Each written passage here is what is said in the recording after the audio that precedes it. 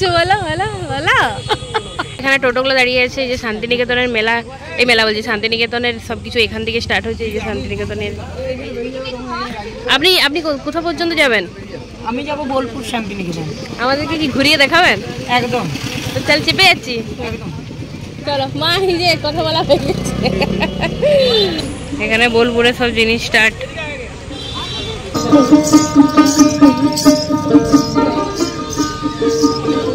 গাছটার এখান থেকে কুমোরপাড়ার গরুর গাড়ি কবিতাটা লিখেছিলেন রবীন্দ্রনাথ। হ্যালো বন্ধুরা, তো আমি আবার নিয়ে চলে এসেছি পার্ট 3 মাসি বাড়ি যাওয়ার যে ভিডিওটা তোমরা পার্ট 2 পর্যন্ত দেখেছিলে। এটা হচ্ছে লাস্ট ভিডিও, পার্ট 3। এটা হয়েই শেষ করবো আমি ভিডিওটা, হয়তো অনেক বড় হয়ে যাবে।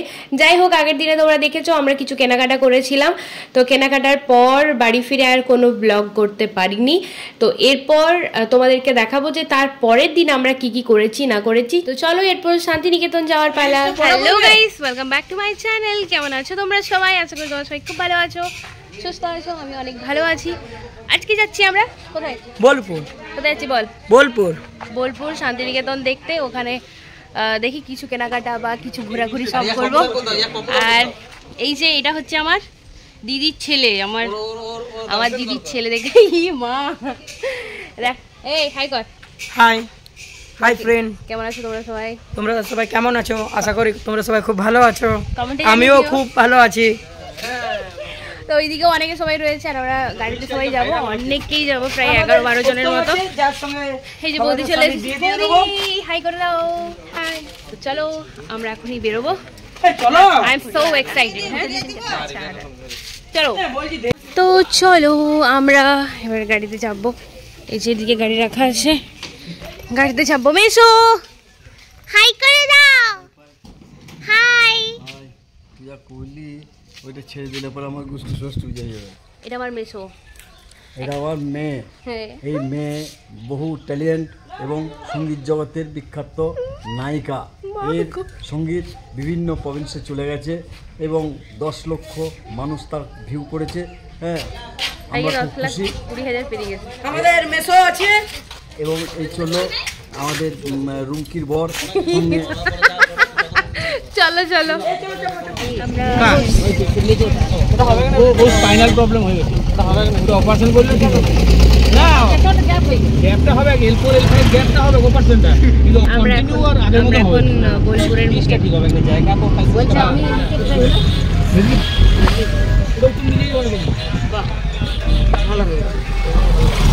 বাবু আমাদের কোঙ্কানির তলা না কি বলছে? হ্যাঁ, বাবু বললাম গাড়ি করে নিয়ে। তাহলে কি প্রথমে আমরা দুটো টোটো করে নিচ্ছি, দুটো টোটো করে তাহলে চলে চলো।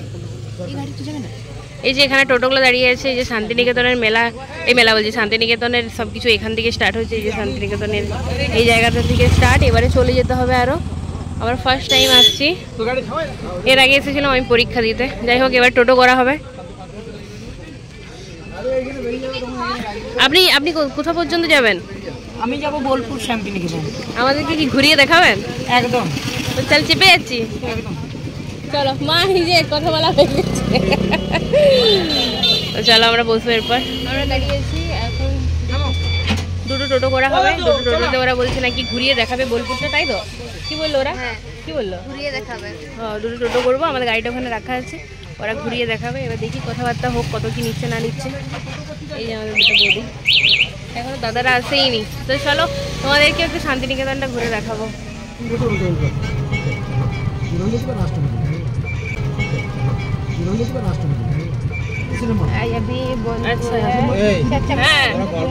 বিশ্বভারতীতে যে প্রধান হয় আচার্য রাষ্ট্রপতি। ডান দিকে যে জায়গাটা দেখছেন, এটা শিক্ষা কেন্দ্র ইউনিভার্সিটির মধ্যে মোট 17টা মতো ল্যাঙ্গুয়েজ ভাষা পড়াশোনা হয়। জাপানিজ, ভুটানি, চাইনিজ, মানে পুরো এরিয়াটার মধ্যে পরীক্ষা দিতে।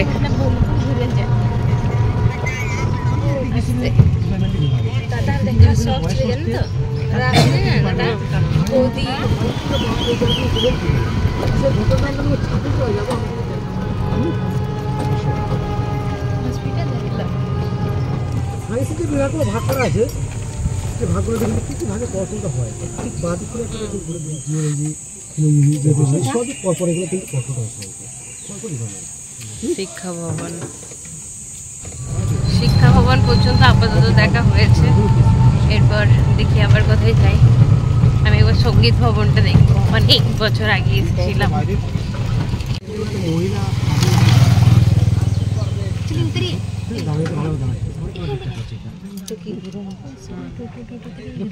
আর কথা বলি, রবীন্দ্রনাথ ঠাকুর 3টে ব্যক্তি নাম দেন। ওর প্রথম নাম ছিল বাবলু সেন, রবীন্দ্রনাথ ঠাকুরের দেওয়া। অমর নাম রবি ঠাকুরের দেওয়া। আর কণিকা বন্দ্যোপাধ্যায় বলে যে সঙ্গীত শিল্পীর ওর নাম ছিল যেটা মহদ্দি বলে পরিচিত হয়। আর আমাদের ভারতের যিনি প্রাইম মিনিস্টার ছিলেন, মহিলা প্রাইম মিনিস্টার, যিনি আমাদের শান্তিনিকেতনে পড়াশোনা করেছিলেন, সেই ড্রামাটা আমি দেখো, ইন্দিরা গান্ধী, যিনার নাম হয়েছিল প্রিয় দর্শনী। হ্যাঁ, রবীন্দ্রনাথ ঠাকুর।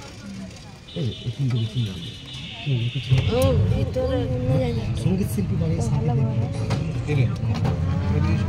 এখানে সঙ্গীত ভবনে পিএইচডি হয়। ও, এটা সেন্ট্রাল লাইব্রেরি। আচ্ছা, ডান টিকেটটা কি? Central office.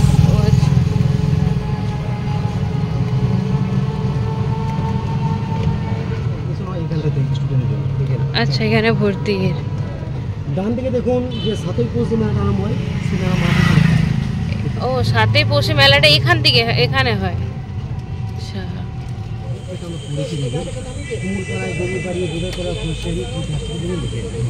এই গাছটার এখান থেকে কুমোরপাড়ার গরুর গাড়ি কবিতাটা লিখেছিলেন রবীন্দ্রনাথ ঠাকুর।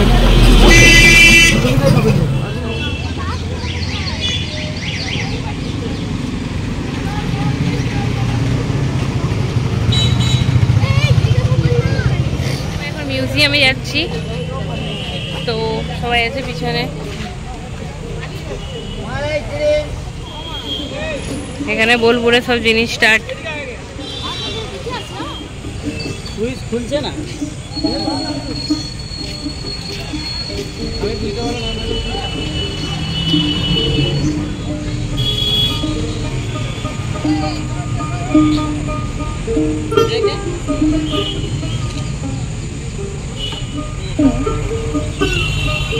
এই বুলারা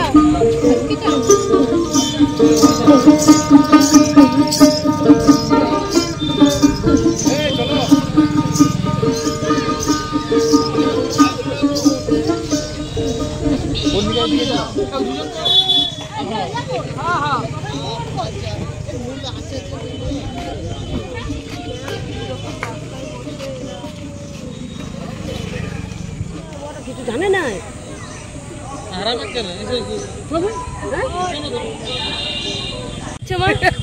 কি করছো বলো বলো বলো, এই বলো কি করছো বলো, বলো না, বলো কি করছো। কি বলো, আরেকবার বলো, বলো ভালো করে বলো। এনজয় করছি। এনজয় করছো।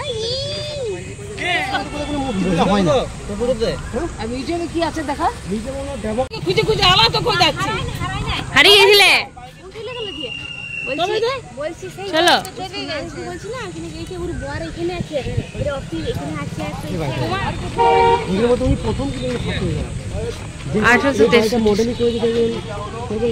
বাইরে দেখতে পাবেন, সেই মডেলের বাড়ি এটা।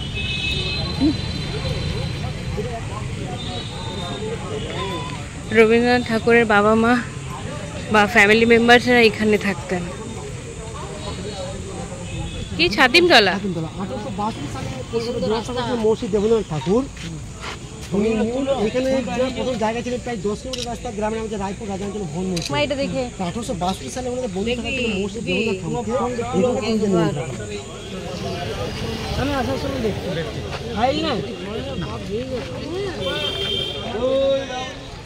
যখন তুই ভর্তি হতিস। হ্যাঁ, এখানে স্টুডেন্ট কার্ড থাকলে 10 টাকা করে টিকিট পাওয়া যাচ্ছে। আর এই যে 10 টাকা, সরি উল্টা দিকে ধরা আছে, এই যে 10 টাকা। দূর স্টুডেন্ট কার্ড থাকলে এই যে 10 টাকার টিকিট, আর বাকি বড়দের 100 টাকা করে টিকিট। এই যে এখানে টিকিট কাউন্টার। আমরা 4 জন কেটে নিয়েছি।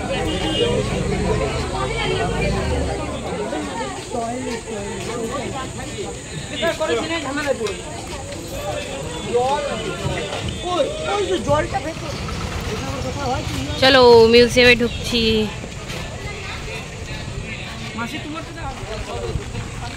চলো রোদে রোদে মিউজিয়াম।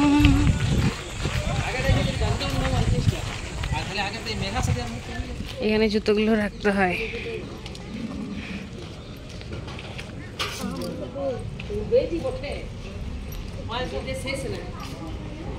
গীতাঞ্জলি ভিতরটা বেরিয়ে এলাম, ভিতরে ভিডিও তোলা নিষেধ। এখন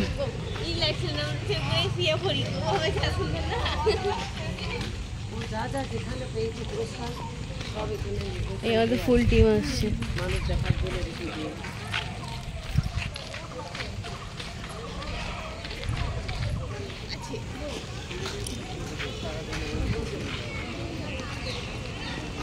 ঢুকে দেবে না,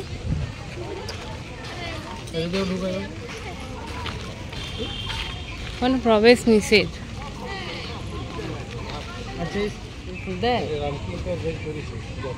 হ্যাঁ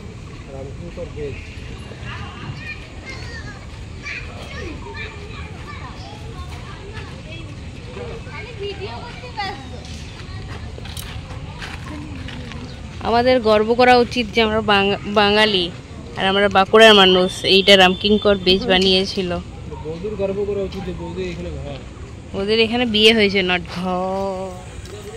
তো আমাদের শান্তিনিকেতনের প্রায় অর্ধেকটা ঘোরা হয়ে গেছে, আর এই মাছিগুলো খুব ডিস্টার্ব করছে। তো আমরা মিউজিয়াম ঘুরে নিয়েছি, এইমাত্র মিউজিয়াম থেকে এলাম। এই যে টিকিট, এই টিকিট আমরা স্টুডেন্ট বলে আমাদের 10 টাকা করে, আর এই যে বড় লোকগুলার 100 টাকা করে।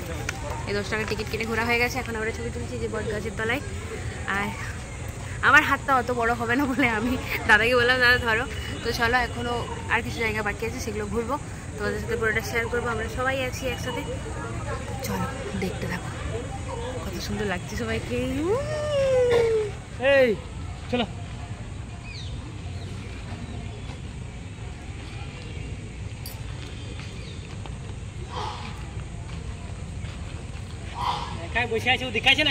জল তেষ্টা পেলে এখান থেকে জল নিয়ে খাওয়া যেতে পারে, সবাই খাচ্ছে। জল খা রিয়া, हम भी खाएंगे। আমরা শান্তিনিকেতন থেকে একদম বিকাল করে বাড়ি ফিরেছিলাম, সন্ধ্যা হব। তো তারপর এসে প্রচুর রেস্ট নিতে হয়েছে, একদম হাঁপিয়ে গিয়েছিলাম, কারণ রোদে অনেকটা ঘুরতে হয়েছিল। তো আসার পরই আর কোনো ব্লগ করতে পারিনি। আজকের তারপরের দিনে ব্লগটা করছি, তারপরের দিন আমরা যখন বাড়ি আসি এটা তখনের ব্লগ। তো চলো বাড়ি ফাইনালি চলে এলাম। সেই দিনে মাসি বাড়িতে ছিলাম রাতটা, আর তারপরের দিনে সকালেই ভোর 5টার সময় বাড়ি বেরিয়েছিলাম, কারণ ভাইয়ের ডিউটি ছিল। তো এই ভিডিওটা কেমন লাগলো জানিও, টাটা।